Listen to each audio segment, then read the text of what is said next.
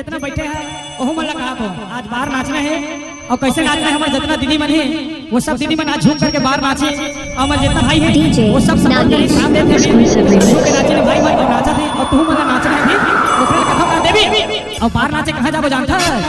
भराता जयता बिगला बिगा बहुल गुना बिगा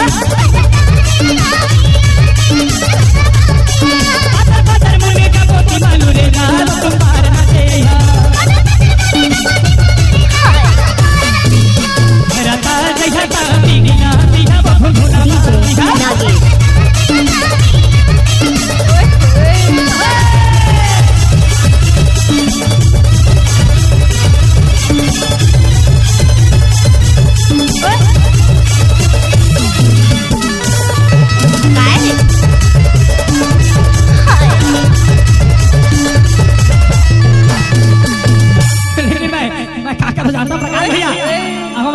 निकू भाई डीजे नागेश तोर बारे निकू भाई डांस करना है तोला और तोर झकाना ना माया कमल करे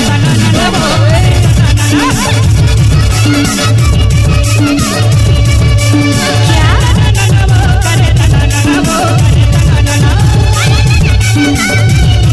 नाचा रे झकाना ना माया कमल करे डीजे नागेश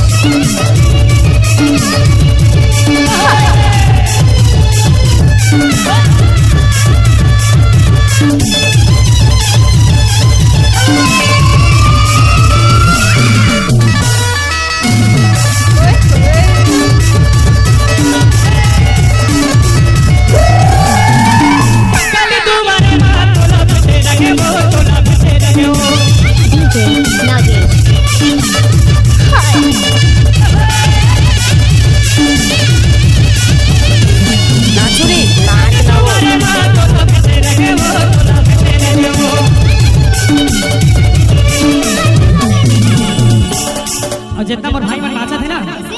वो मन खतरनाक नाच थे ना। आज तक हमारे कोई मन बढ़िया नहीं नाचे अभी देख फुल स्पीड में नाचना है भैया कैसे डीजे तोर नागेश ना भैया का बोल करे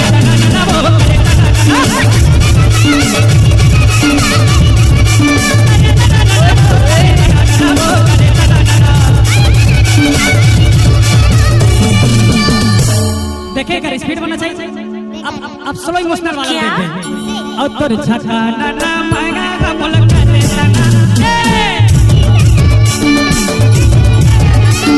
डीजे नागेश देखिए औरा का साथ में किसे नाचते जानता है और तोर झकाना ना